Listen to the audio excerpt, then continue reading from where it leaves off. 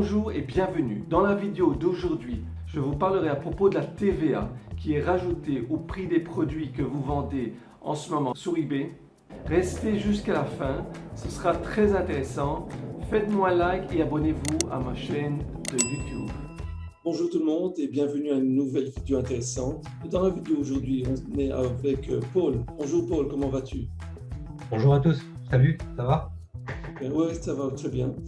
Paul, on a fait un interview il y a quelques semaines à propos des ventes. Tu vends très très bien. On a décidé de faire encore une vidéo aujourd'hui à propos de la TVA qui est rajoutée à partir du 1er juillet. Alors, dans cette vidéo, on va aussi contacter eBay. Vous allez voir l'appel qu'on fait avec eBay pour nous expliquer un peu plus en détail. Nous allons appeler eBay, on va voir ce qu'ils nous disent. Paul, tu les as en ligne, Paul? Oui, tout à fait. Je voulais vous poser des questions. C'était par rapport aux nouvelles modifications qui sont venues par rapport à la TVA au 1er juillet. Allô? Bonjour monsieur. Oui, bonjour. C'était par rapport à la TVA. Vous vous occupez spécifiquement de ça? Non mais pour modifier les annonces, je suppose. Bah oui, effectivement. Donc là, ça va être nécessaire. Moi, en fait, j'attends pour l'instant la publication au journal officiel des statuts de la société pour avoir mon nouveau numéro de TVA et passer en TVA collectée sur toutes mes annonces pour être, D'accord. pour être conforme. Vous devez bien sûr mettre à jour vos annonces, bien sûr, pour que ça soit bien sûr conforme. Et vous devez soit mettre 0% sur la rubrique de la TVA, ou sinon garder la case vide. D'accord, très bien. Oui, parce qu'effectivement, là, actuellement, donc, les cases sont restées vides. Et donc, sur les annonces internationales, vous collectez la TVA Mais normalement, au si niveau vous du faites en vendeur. mettant la case vide ou en mettant 0%, ça y fait qui va gérer bien sûr les taux de TVA. D'accord. Oui, parce qu'il y a aussi un montant maximum. Je vais pouvoir faire la modification de mes annonces tout en même temps et injecter, c'est ça, dans la Exactement. gestion des annonces. Vous savez comment faire. Moi, j'ai vu le lien sur la page d'accueil, donc mettez à jour la TVA. D'accord, exactement. Parce que si vous voulez, c'est possible de faire des tâches de les modifier directement depuis ce lien direct. Et si vous voulez, je vous donne la démarche à suivre. Comme ça, vous allez pouvoir le faire le plus rapidement possible. D'accord, bah oui, je veux bien, effectivement. Oui, si vous en avez un ordinateur, vous êtes connecté sur un ordinateur. Ouais, je suis devant là. Oui. Alors, vous êtes sur quelle page exactement? Là, je fais sur annonce en cours. Oui, accédez à la page des annonces. Là, je peux faire modifier et après, j'ai juste à retrouver la partie TVA dans le. D'accord. Voilà. Une fois que vous cliquez sur modifier les annonces, modifier les 387 annonces, vous allez bien sûr apparemment, il y a des annonces qui vont charger. Voilà. Ben, vous me dites quand c'est chargé, forcément. Ouais, c'est bon, tout s'est affiché et je vais juste retrouver la colonne. À gauche, vous avez justement un petit tableau. Il y a une petite case à coucher pour sélectionner la totalité Oui. des annonces. Voilà. Ce tableau-là. Modifier le champ. Non, Et si vous voulez, il faut déjà sélectionner les annonces que vous devez modifier. Par la suite, vous cliquez sur modifier les champs. Mais d'accord. tout d'abord, il faut sélectionner justement ces annonces-là. Pour le faire, il y a justement une petite case sur le tableau pour les sélectionner. Donc il faut remplacer par et puis mettre la TVA à ce moment-là. Est-ce que vous m'avez modifié, vous m'avez sélectionné la totalité des annonces? Oui, j'ai fait ce que vous m'avez dit, hein, c'est bon. En fait, je ne peux pas le faire maintenant tout de suite parce que je n'ai pas encore mon nouveau numéro de TVA. Euh, les ventes de ce matin, non. D'accord, bah, c'est parfait, oui, ça va être très très rapide. Très bien. Alors, il n'y a que les annonces peut-être créées sur les sites eBay Espagne et eBay.com à modifier derrière, peut-être en manuel. Ça, il en reste encore une ou deux. Je crois que c'est les annonces qui sont publiées sur d'autres sites eBay, il faut les modifier à la main, mais bon, ça ne sera pas un souci. Bon, c'est très rapide comme ça, impeccable. Merci beaucoup, monsieur. Je vous souhaite une bonne journée, bon courage. Merci à vous également. Merci, au revoir. Suite à l'appel, on va aussi on va discuter un peu quelles sont les possibilités pour pouvoir, disons, pour que vous ne perdez pas d'argent et quand même bien travailler d'une façon correcte en vendant sur eBay, suite au fait qu'il faut rajouter la TVA au prix des ventes de vos produits. Pour être complètement à jour au niveau TVA et puis effectivement garder ces annonces rentables. puisque Ouais. avec le nouveau fonctionnement d'eBay, en fait, hein, si on ne fait pas attention, on peut se retrouver avec des annonces qui sont plus chères de base, puisque eBay va collecter de la TVA. Donc, c'est le cas si on a des annonces un peu à l'international et qu'on ne met pas à jour son compte et ses annonces. Du coup, eBay va rajouter 20% de TVA sur le prix et il va collecter cette TVA directement auprès de l'acheteur, de votre client. Que 135 euros, je crois qu'ils ont annoncé. Alors, je ne sais pas si c'est 135 ou 150 ou hors taxe, ou voilà, mais ça doit être à peu près dans ce montant-là. Question. Disons que moi, je suis un vendeur particulier. Je commence à vendre sur eBay. La TVA sera rajoutée pour les ventes, et pour l'acheteur. D'accord? Est-ce que ça me. Disons que je perds de l'argent en vendant des produits. Tu peux m'expliquer en tant que vendeur particulier qui commence juste à vendre un petit peu des articles. Est-ce que ça veut dire, en d'autres mots, qu'il va recevoir moins de l'argent, en fait, d'eBay, quand il Et, recevra l'argent de l'acheteur?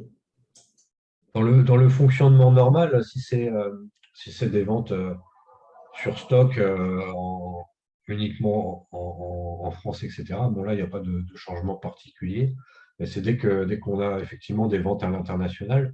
Et du coup, pour quelqu'un qui se lancerait par exemple, ça peut être du dropshipping à partir je sais pas, d'AliExpress ou autre, hein, mais avec un pays d'origine qui est en dehors de l'Union européenne et un pays de destination qui est dans l'Union européenne, à ce moment-là, si on n'a pas le statut requis, on va se retrouver à payer de la TVA sur son prix d'achat et on va se retrouver également avec de la TVA collectée de force sur sa vente. D'accord. Fait que là Ok. où on pouvait être rentable avant le 1er juillet en tant que en micro-entreprise ou vendeur pas déclaré, vendeur particulier, donc sans statut particulier, on pouvait être rentable puisqu'on achetait directement hors taxe, on vendait hors taxe et puis on prenait sa marge. Voilà. Effectivement, D'accord. avec les nouvelles dispositions en matière de TVA, tout est fait pour mettre des bâtons dans les roues de cet exemple-là, hein. C'est l'exemple à l'international qui est le plus flagrant parce que du coup, on retrouve là, si on n'est pas une société qui collecte de la TVA sur ses ventes, si on est une micro-entreprise en franchise de TVA, typiquement, eh bien, on ne pourra pas payer sa marchandise hors taxe, en fait. On va l'acheter TTC, Ouais. pas récupérer la TVA, elle sera imposée par le site sur lequel on va sourcer, on va acheter. Hein, par exemple, AliExpress, où directement on a 20% imposé de plus sur son prix d'achat. Et puis sur la partie vente, si on n'a pas une structure commerciale, un cadre pour accueillir ces ventes, et bien du coup, euh, eBay va, sans les informations nécessaires, eBay nous va obliger 20% de TVA collectée également sur la partie 1%. vente. Attends, et Pour ça, maintenant, quelqu'un qui fait du dropshipping, par exemple, d'Amazon ou d'une autre plateforme en France, ça peut être Cdiscount, par exemple, il revend sur eBay. Comment il fait avec la TVA? Il devra payer la TVA, alors, ensuite. quelqu'un qui fait du Oui, Amazon vers eBay, s'il est en France et qu'il fait uniquement des transactions à l'intérieur de la France, il n'y aura pas d'incident, puisque la TVA, elle était déjà dans le prix. Dans ces cas-là, il n'y a pas de conséquences. Par contre, quelqu'un qui est en France, qui fait du Amazon vers eBay, mais sur le eBay UK, du coup, en Angleterre, peut-être oui, dans un autre pays comme l'Espagne ou l'Allemagne, eh bien là se retrouve en situation de devoir collecter de la TVA pour ce pays, quoi, donc sur ses ventes, effectivement. il Et ça devra peut. payer la TVA en Angleterre. Même que son compte est en France, mais il utilise la plateforme pour vendre sur d'autres pays, par exemple. S'il vend de la France, il a son compte en France, il vend de la France à l'étranger, c'est-à-dire il vend mondialement, il devra aussi payer la TVA alors, s'il utilise. Alors, l'option est ou bien il doit rajouter ça au prix des produits, qui doit être bien, c'est possible qu'il ne sera pas tellement compétitif avec les prix, ou bien il devrait créer une société. Il peut être remboursé pour la TVA en tant que société, mais il doit Euh, comprendre qu'il y a des frais supplémentaires, c'est ça? Il y a des frais supplémentaires si tu es une société. Disons qu'une société, effectivement, c'est un peu plus compliqué, un peu plus ambitieux et élaboré qu'une simple micro-entreprise. Déjà, sur le plan fiscal et comptable, bon, les obligations ne sont pas les mêmes, mais c'est clair qu'aujourd'hui, c'est indispensable si on veut faire autre chose que tester ses produits, si on veut vraiment faire des ventes et du coup dégager de la marge. euh, le montage avec une société commerciale, c'est quasi indispensable. Je dirais que on peut éventuellement faire ses ventes quand même sans ça, mais alors toute sa marge il passe sur du coup une double TVA, une TVA sur l'achat et une TVA sur la vente, effectivement. À part ça, qu'aujourd'hui, si tu ouvres en France une boutique à la une, tu devrais automatiquement montrer que tu as une société parce que tu as un compte professionnel. Tu n'as pas la possibilité d'avoir une boutique à la une en tant que particulier. C'est pratiquement impossible. Alors, tu dois avoir À une moins de faire, société. à moins de faire que des ventes uniquement en France et de faire 100% de stock ou alors du dropshipping, mais vraiment que dans la France, dans ces cas-là, on pourrait rester dans le statut micro-entreprise. Mais dès qu'on s'intéresse aux ventes à l'international, dès qu'on va vouloir se développer, le statut ne sera plus du tout adapté et il faudra d'urgence passer en société commerciale sans même attendre d'atteindre des plafonds, je dirais, dès que ça marche un petit peu. Parce que voilà, c'est pour le calcul de marge, pour pouvoir s'y retrouver, effectivement. Exactement. Toi, tu as une société, tu as ouvert une société pour tes ventes, pour les produits que tu émets. La société est en cours de création, hein. J'attends juste la publication au journal officiel, les numéros de siret, le cabis et surtout le numéro de TVA. Donc moi, j'attends ça, cette création-là, pour mettre à jour complètement mon compte et puis m'enlever ce souci. Parce qu'effectivement, en attendant, moi, j'ai des annonces. Tu peux me dire plus ou moins les frais d'avoir une société par mois, par exemple? Quels sont les frais que tu devrais payer pour gérer une société? L'avantage d'une société, la grande différence, bon, il n'y a pas de pourcentage de charges ou d'impôts sur le chiffre d'affaires directement. C'est un fonctionnement qui est complètement différent. On va, hum, on va calculer sa marge et on va calculer 20% de TVA collecté sur la vente. Donc, c'est le client final qui paye. La TVA n'est pas censée impacter la rentabilité d'une entreprise. La D'accord. TVA, elle existe, elle doit être payée par le client final. Donc, à nous gérants de faire le nécessaire pour que les calculs, pour qu'on ne soit pas en vente à perte, hein, effectivement, qu'on est bien, Exact. qu'on est Et tu 100% de TVA. récupères la TVA, ça c'est déjà un avantage. Alors, Et voilà. Et le principe, c'est que quand tu du coup, achètes. si elle est collectée et payée si elle est collectée, elle va être payée par le client final. Euh, Tout ce qui va être TVA intermédiaire, donc quand on achète à son fournisseur, par exemple, cette TVA-là, elle va être récupérée. Voilà. Donc, finalement, c'est uniquement l'acheteur à la fin qui doit la payer et il faut la prendre en compte dans son calcul. Voilà. Les obligations pour une société, alors au niveau comptable, elles sont un peu plus importantes. Et donc, il y a la comptabilité, la fiscalité, la TVA collectée, donc tenir son journal et sa balance de TVA. Après, je dirais que comme il n'y a plus de limite de chiffre d'affaires, si on a un petit peu de succès sur les ventes, sur eBay, à ce moment-là, il ne faut plus hésiter. Et plutôt qu'avant encore, effectivement, il faut penser à switcher, à passer en société commerciale. Euh, en fait, c'est pas si compliqué que ça. Ça peut faire peur, effectivement, si on n'est pas du tout habitué à tout ça, mais formation disponible aujourd'hui, ça se fait très, très, très bien. On est beaucoup guidé, donc non, il ne faut pas hésiter, il faut y aller.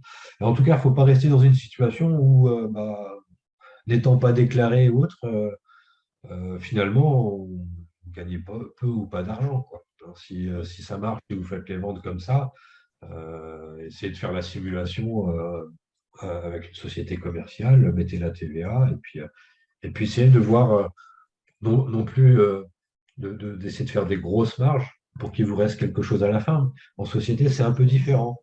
On va être plus sur de la marge cumulée. Donc, on peut se permettre d'avoir des marges un petit peu plus faibles. Mais par contre, on n'a pas de limite de nombre de transactions et de chiffre d'affaires.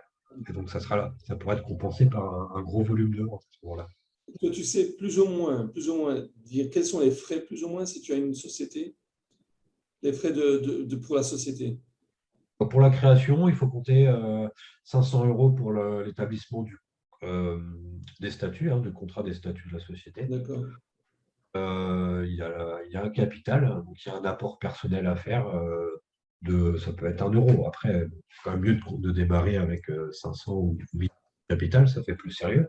Mais voilà, au-delà de ces frais, c'est les frais de démarrage en fait. 500 € pour la création de la structure, le montant en capital qui est un apport, et puis ensuite qui sera mis à disposition, qui sera disponible une fois la société bien immatriculée. Tu as des frais récurrents par mois, chaque mois, que tu devrais payer pour la société?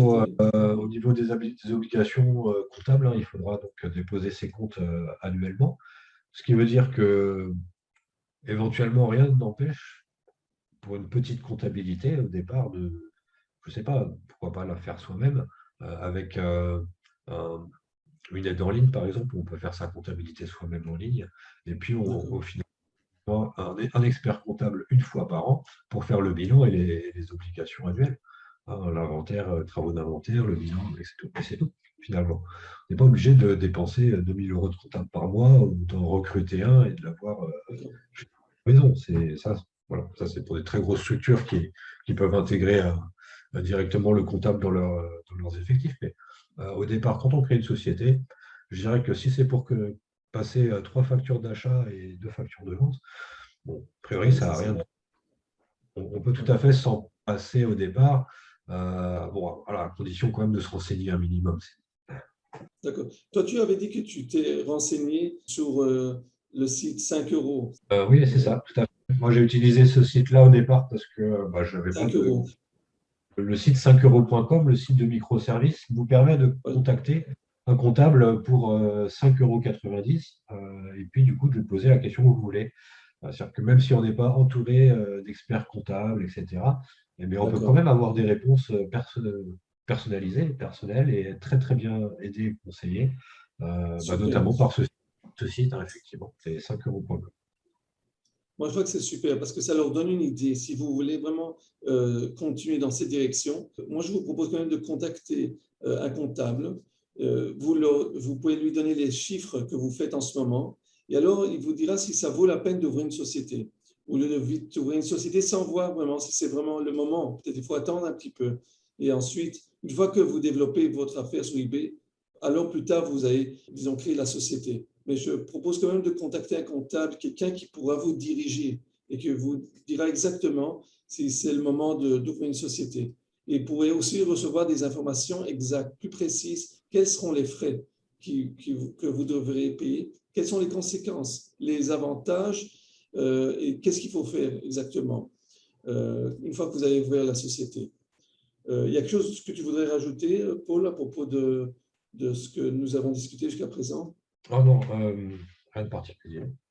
Non, tout est très clair pour la TV. C'est très important de mettre à jour son compte et d'être en règle. C'est possible encore de frauder, c'est possible de passer à travers, effectivement, mais il ne faut vraiment pas jouer avec ça parce qu'à mon avis, si eBay devient un peu responsable de fraude à ce niveau-là, je ne pense pas qu'il rigole avec ça. Et un vendeur, c'est peu par rapport à de la fraude fiscale. Non, ils ne voudraient surtout pas être associés à ça. Donc, faites les choses comme il faut, effectivement. Exactement. Je suis content. Merci beaucoup que tu nous as donné tes conseils, ton avis. Je crois que ça va vraiment beaucoup aider aux vendeurs qui regardent en ce moment cette vidéo. Merci de nous donner un like pour cette vidéo. Si vous avez des questions, des commentaires, vous pouvez les marquer en dessous de la vidéo. Vous pouvez vous rejoindre à notre groupe de Facebook. Vous verrez le lien qui se trouve en dessous de cette vidéo. Vous pouvez voir ma formation gratuite, mon livre gratuit. Les liens se trouvent en dessous de cette vidéo. Je vous souhaite beaucoup de chance, beaucoup de ventes et on se verra dans la prochaine vidéo. Merci beaucoup, Paul, et à bientôt. Merci à toi.